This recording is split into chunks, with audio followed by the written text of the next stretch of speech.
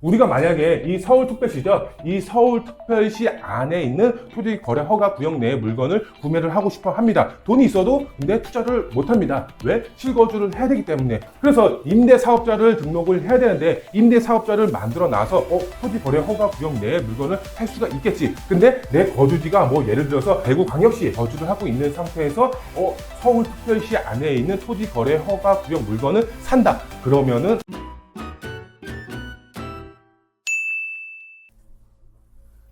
안녕하십니까 시청자 여러분, 돈되는 부동산 함주원입니다. 네, 오늘은 투자 방법에 대해서 시청자분들에게 알려드릴 예정인데요. 바로 토지거래허가구역이죠. 얼마 전에도 뉴스 기사로 나왔습니다. 이 서울권역의 다양한 지역이 토지거래허가구역이 추가적으로 연장이 된 이런 기사 내용도 나왔는데요. 이렇게 토지거래허가구역으로 묶여있는 지역 투자를 하고 싶어도 할 수가 없습니다. 돈이 있어도 실제로 거주를 하지 않는 이상은 거래를 할 수가 없는데요. 오늘 토지거래허가구역에서도 실제로 거주하지 않아도 매수할 수가 있는 방법에 대해서 시청자분들에게 알려드릴 예정입니다. 정말로 돈이 될 수가 있는 투자 방법이기 때문에 영상 끝까지 시청하시면 좋겠습니다. 네, 토지거래허가구역 내에 실제로 매수할 수가 있는 방법, 다양한 방법이 있지만 크게 보면은 두 가지 방법이 있겠는데요. 먼저 첫 번째로 봤을 때 면적 기준이 있습니다. 면적 기준 안에 해당이 되는 매물 같은 경우는 실제로 거주하지 않아도 매물을 구매를 할 수가 있고요. 그 다음 방법은 바로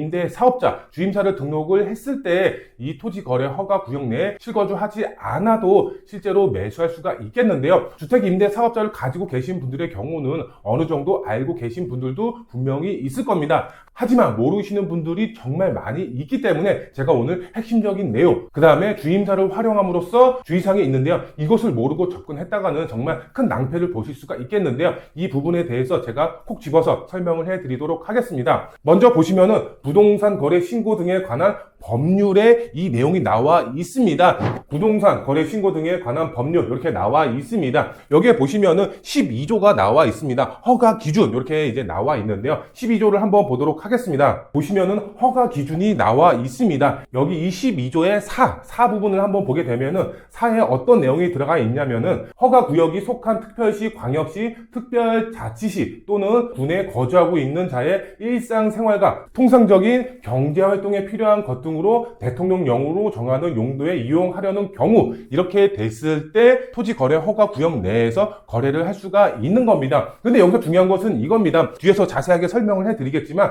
보시면은 특별시, 광역시, 특별자치시 또는 군 이게 무슨 말이냐, 그 안에 그 해당 지역 안에 거주를 하고 있는 상태에서 토지거래허가구역 내 물건을 매수를 해야 된다 이렇게 이해를 하시면 될 것 같고요. 그 다음에 여기 보시면 대통령령으로 이렇게 정한다라고 되어 있는데요. 이 대통령령이 좀 중요한데요. 한번 대통령령을 클릭을 해보도록 하겠습니다.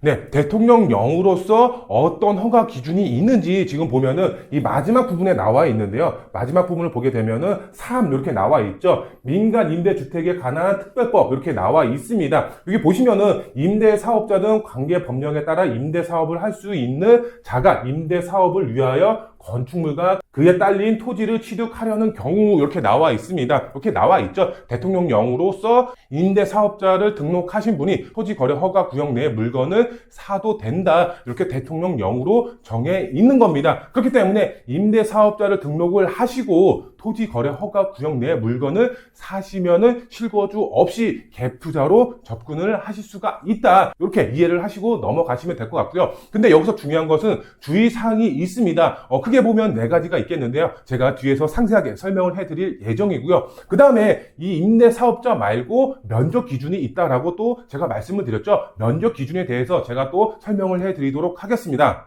네, 그리고 이제 면적 기준을 한번 보게 되면 면적 기준은 여기입니다. 12조의 3항을 보시게 되면 그 면적이 그 토지의 이용 목적에 적합하지 아니한다고 인정이 되는 경우 이렇게 나와 있습니다. 그렇기 때문에 면적 기준 이하의 물건을 구매를 했을 때는 실거주를 하지 않아도 된다. 이렇게 이해를 하시면 될 것 같은데요. 제가 상세하게 설명을 해드리도록 하겠습니다. 네, 보시면은 용도 지역별 토지거래 허가 기준 면적 이렇게 나와 있는데요. 용도 지역을 보면은 주거지역, 상업지역, 공업지역, 녹지지역, 뭐 기타 이렇게 나와 있는데요. 기준 면적이 이렇게 쫙 나와 있습니다. 우리가 보통 투자하는 지역의 경우는 이제 주거 지역에 갭 투자로 접근을 하시겠죠. 근데 60제곱미터 미만 이렇게 나와 있습니다. 평으로 따지면은 약 18평 정도 되죠. 그런데 토지 거래 허가 구역 내에 18평 이하의 면적 같은 경우는 실거주하지 않아도 되겠네 이렇게 생각하실 수도 있겠죠. 근데 그게 아닙니다. 밑에 나와 있습니다. 지자체죠. 지자체에서 기준 면적의 10%로 허가 대상 면적 기준을 따로 정해서 공고시 주거 지역의 경우 현행 18제곱미터에서 6제곱미터 초과 토지까지 허가 대상에 포함 가능 이렇게 나와 있습니다. 이 말이 무슨 말이냐? 제가 쉽게 설명을 해드리도록 하겠습니다.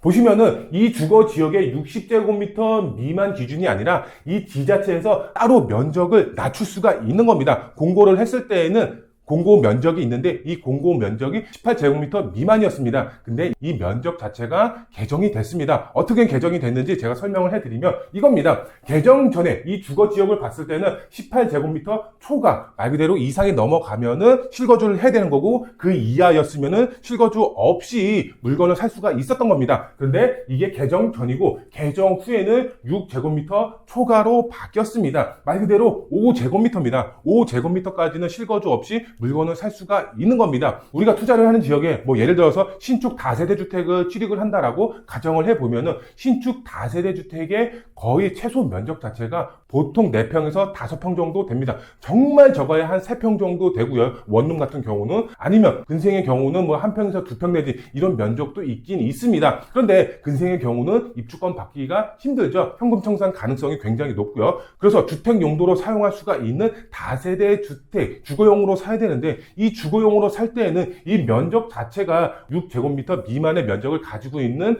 투자 물건이 있나요? 제가 봤을 때는 거의 100% 없다고 봐도 무방합니다. 그렇기 때문에 이 면적 기준에 해당하는 물건을 찾는다? 그거는 정말 힘들다라고 보시면 되겠습니다. 그렇기 때문에 이 지자체죠. 지자체에서 이 면적 기준을 하향 조정시켰는지 이것을 먼저 확인을 하셔야 됩니다. 토지 거래 허가 구역 내에 지자체에서 면적 기준을 하향 조정시켜서 공시했는지 이것을 확인하시고 투자의 방향을 세우시면 될 것 같고요. 근데 그게 아니다. 하향 조정시켰다. 그러면 투자가 힘들겠죠. 그러면은 어떻게 해야 돼? 주택임대사업자를 등록을 하시고 투자의 방향을 세우신다라고 했을 때에는 토지거래 허가 구역 내에서도 실거주 없이 물건을 구매를 하실 수가 있다. 이렇게 보시면 될 것 같습니다. 그러면 우리는 주택임대사업자를 등록을 해야 됩니다. 그런데 이 주택임대사업자를 등록을 했을 때 주의사항이 있습니다. 정말 중요합니다. 꼭 암기하셔야 됩니다. 이것을 하나라도 놓쳤을 때에는 정말 불이익이 발생이 될 수도 있기 때문에 꼭 암기하시고 토지거래 허가 구역 내에 물건을 취득을 하셔야 될 텐데요. 제가 쉽게 빠르게 설명을 해드리도록 하겠습니다. 먼저 첫 번째를 보면은 허가 구역에 속할 시 또는 군에 거주를 미리 하고 있어야 된다. 이렇게 보시면 될 것 같습니다. 제가 앞서서 좀 간략하게 설명을 해드렸는데요. 우리가 만약에 이 서울특별시죠. 이 서울특별시 안에 있는 토지거래 허가 구역 내의 물건을 구매를 하고 싶어 합니다. 저도 그렇고 많은 분들이 토지거래 허가 구역 내의 물건을 구매를 하고 싶어 합니다. 돈이 있어도 근데 투자를 못 합니다. 왜? 실거주를 해야 되기 때문에 예를 들어서 상가를 구매할 때는 그 지역 내에 실제로 들어가서 상가를 운영을 해야 되고 주택을 샀을 때에는 그 주택에 실제로 거주를 해야 되는 겁니다. 그만큼 토지 거래 허가 구역 내의 물건을 사기가 힘듭니다. 그래서 임대사업자를 등록을 해야 되는데 임대사업자를 만들어 놔서 토지 거래 허가 구역 내의 물건을 살 수가 있겠지. 근데 내 거주지가 예를 들어서 대전광역시에 거주를 하고 있는 상태에서 서울특별시 안에 있는 토지거래 허가 구역 물건을 산다. 그러면은 안 된다. 왜? 나는 서울특별시 안에 거주를 미리 하고 있어야 되는 겁니다. 내가 서울에 거주하고 있으면 서울특별시 안에 토지거래 허가 구역 물건을 사야 되는 거고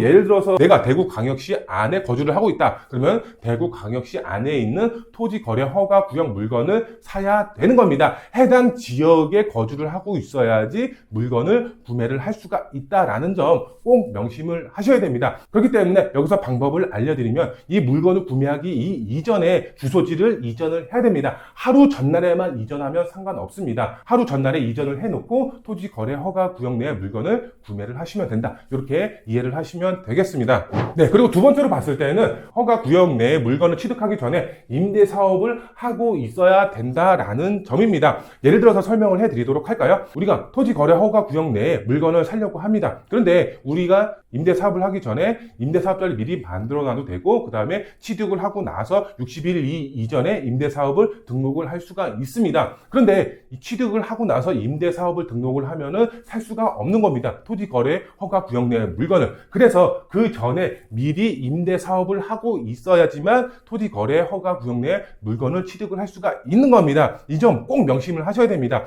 예를 들어서 이런 경우도 있습니다. 매도인이 임대 사업자인 겁니다. 매도인이. 그래서 매도인이 임대 사업자로서 이 포괄 양수로 해서 제가 그것을 이어받아서 나도 임대 사업자로서 이제 포괄 양수를 받았으니까 매수를 할 수가 있겠지. 이렇게 생각을 하시면 안 된다는 겁니다. 나는 이미 임대 사업자로서 임대업을 하고 있는 상태에서 이 사람 물건을 받아야 되는 겁니다. 이 사람이 뭐 예를 들어서 임대 사업자로서 5년을 임대를 했다. 그러면 저는 5년만 임대업을 하면 되는 거겠죠. 포괄 양수를 받았으니까. 그렇기 때문에 이 점 꼭 명심을 하셔야 됩니다. 나는 임대 사업자로서 미리 임대업을 하고 있어야 된다. 네, 그리고 세 번째 유의사항을 한번 보게 되면은 5년간 임대 사업을 유지를 해야 됩니다. 5년 동안 유지를 해야 됩니다. 대통령령으로서 정해져 있는 겁니다. 제가 앞서서 부동산 신고에 관한 법률 이제 설명을 드렸는데요. 거기에 대통령령으로서 5년간 임대업을 해야 된다라는 내용이 나와 있습니다. 그것까지 설명해 드리기에는 내용이 조금 너무 방대해지기 때문에 제가 간략하게 말로써 설명을 해 드리고 있는 건데요.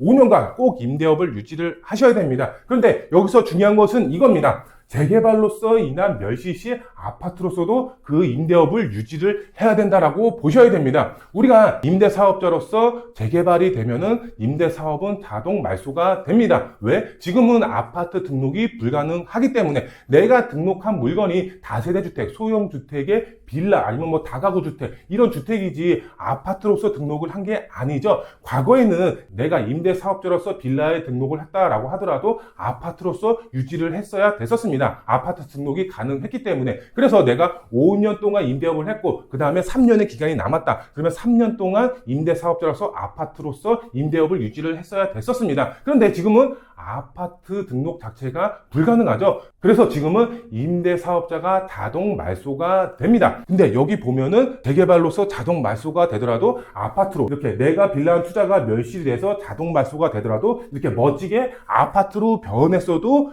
임대업을 아파트로 유지를 해야 되는 겁니다. 이게 말이 굉장히 많습니다. 내가 임대사업자로서 이제 말소가 됐기 때문에 끝났는데 왜 임대업을 그대로 유지를 해야 되나 이렇게 말들이 많고 그 다음에 또 한 가지가 더 있습니다. 바로 분양가 상한제 적용 지역입니다. 분양가 상한제 적용 지역은 어떻죠? 실거주 의무가 있습니다. 개정 전에는 5년, 10년 동안 그 지역, 그 아파트에 실거주를 해야 됐고 지금은 좀 개정이 돼서 이제 2년, 3년으로 이제 하향 조정이 됐는데 2년, 3년 동안 실거주를 해야 되는 겁니다. 그런데 여기서 보면은 임대업을 그대로 또 유지를 해야 된다. 이렇게 얘기를 하고 있기 때문에 어폐가 있는 겁니다. 이게 말이 굉장히 많습니다. 지금 정부 자체에서 실거주 의무를 폐지하려고 하고 있습니다. 그런데 여당과 야당이 충돌이 되고 있습니다. 총선 결과에 대해서는 뭐 제가 이렇다 저렇다 말할 것은 아니지만 이 여당과 야당의 합의가 돼서 법률이 개정이 됨으로써 이 실거주 의무가 폐지가 돼야지만 이런 사항들을 유지를 할 수가 있겠죠. 그래서 어폐가 있는 사항이다. 이렇게 이제 보셔야 될 것 같고요.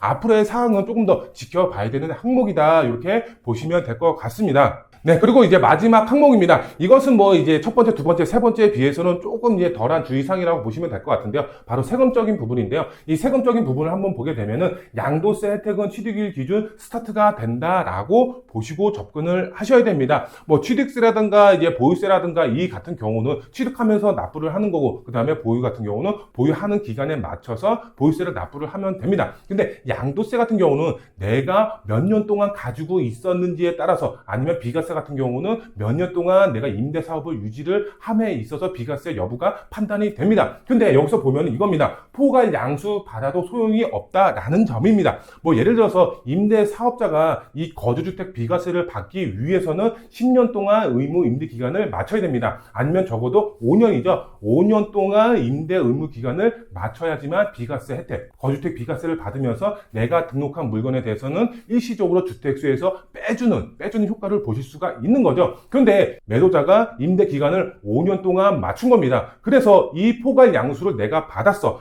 이 매도자가 5년 동안 임대업을 했고 그것을 내가 포괄 양수로 내가 받았으니까 나는 5년 동안 임대업을 한 거다. 그리고 앞으로 5년만 맞추면은 10년 동안 의무 기간이 다 채워지는 거기 때문에 나는 내 거주주택에 대해서 비과세를 받을 수가 있겠지. 이렇게 생각을 하시면 안 된다라는 점입니다.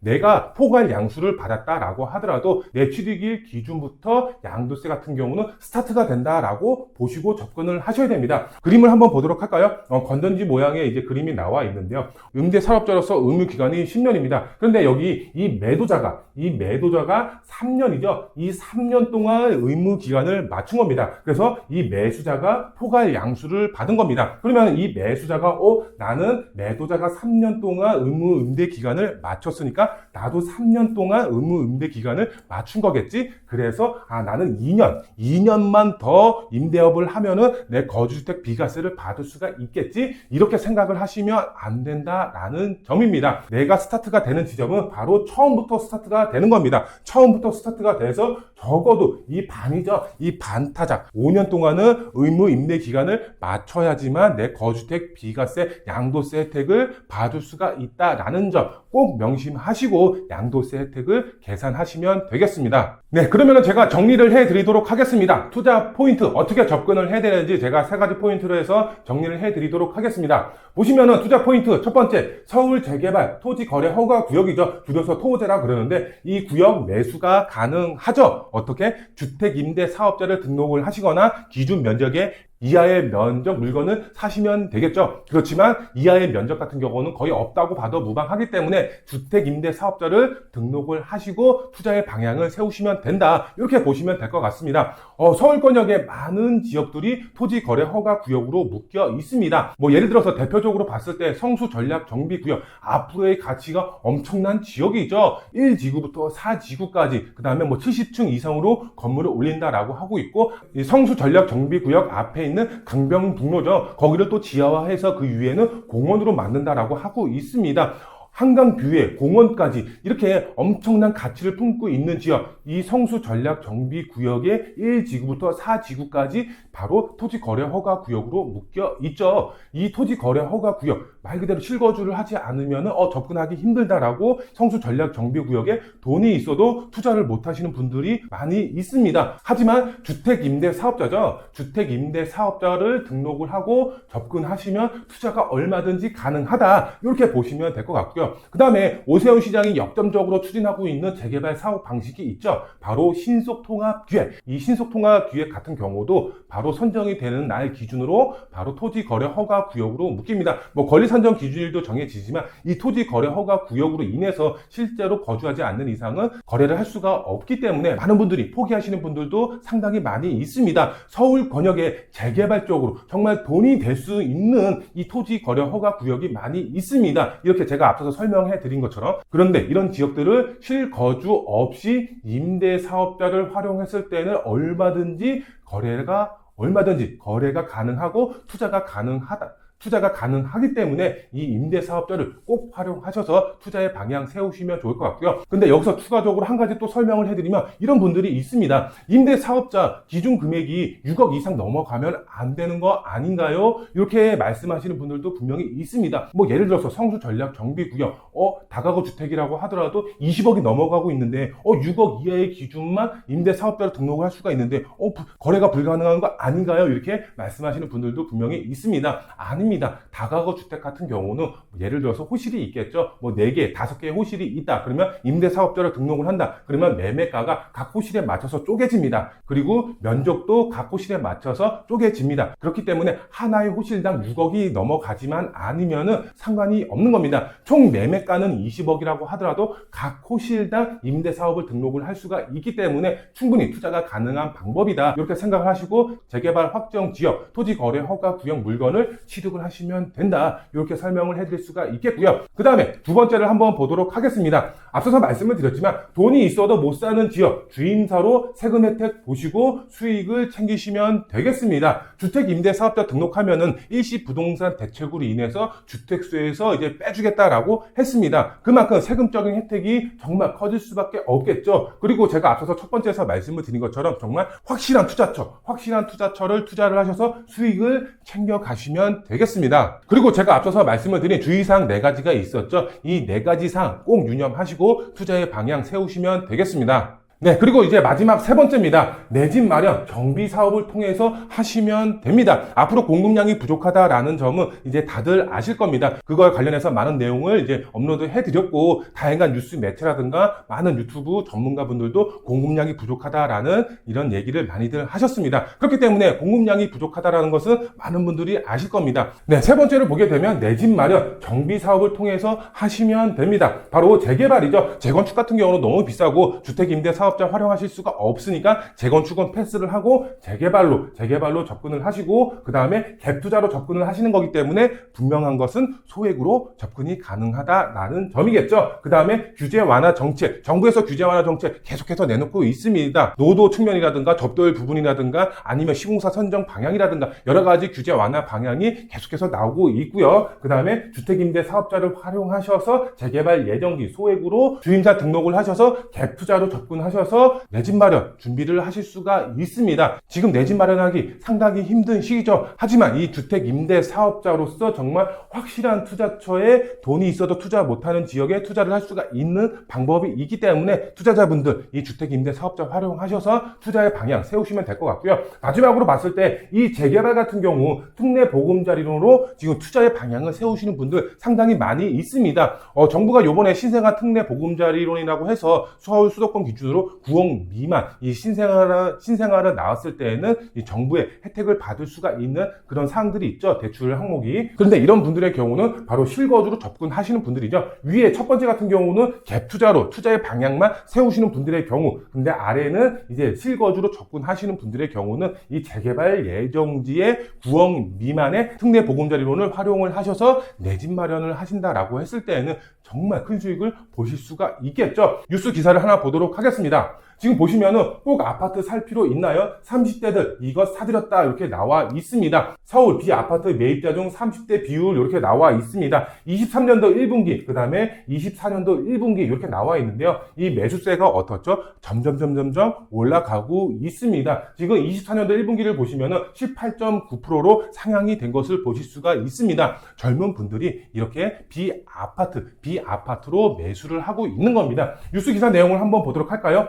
아파트의 주택은 가격이 저점이라는 인식이 확산한 데다 투기 과열 지구 같은 규제 지역 해제, 그 다음에 재개발 규제 완화 등에 힘입어 관심이 커지고 있다. 지난 1월 시행된 저리 신생아 특례 대출도 30대 비중이 느는데 영향을 줬다 이렇게 나와 있습니다. 그만큼 많은 젊은 분들이 비아파트로 내 집 마련을 하고 있는 겁니다. 여기서 중요한 점은 있죠. 바로 재개발이 가능한 예상 지역이라는 점입니다. 비아파트로서의 큰 매력은 없습니다. 하지만 이 비아파트가 나중에 정말 이제 아파트로 변했을 때 자산 가치가 크게 올라갈 수가 있겠죠. 그렇기 때문에 이 비아파트로 많은 분들이 내 집 마련을 하고 있는 상황입니다. 이 영상을 보시는 시청자분들의 경우도 젊은 분들이 있을 거고 나이가 조금 있으신 분들도 있을 겁니다. 나이가 있으신 분들의 경우는 내가 사랑하는 자녀, 딸, 손주 이런 분들에게 정말 상급 입지의 아파트로 변할 수가 있는 지역에 투자의 방향을 세우실 수가 있게끔 도와드리면 되는 거고, 젊은 분들의 경우는 정말 비아파트 재개발 예정지의 특례 보금자리론을 이용을 해서 내 집 마련하고 그 다음에 향후 아파트로 변했을 때 큰 수익까지 얻을 수가 있는 기회이기 때문에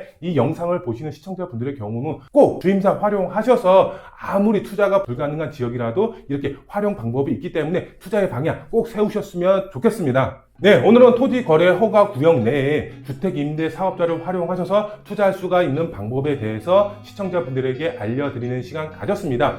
좀 더 자세한 설명이 필요하신 분들의 경우 저희 사무실 언제든지 전화 열려 있기 때문에 편하게 전화 주셔서 상담 받으시고, 상급 입지에 투자를 계획하시는 분들의 경우도 저희 사무실 전화 주셔서 상담 받으시면 되겠습니다. 오늘 영상은 여기서 마무리해 드리고요. 다음 영상에 더 알찬 정보로 찾아뵙도록 하겠습니다. 감사합니다.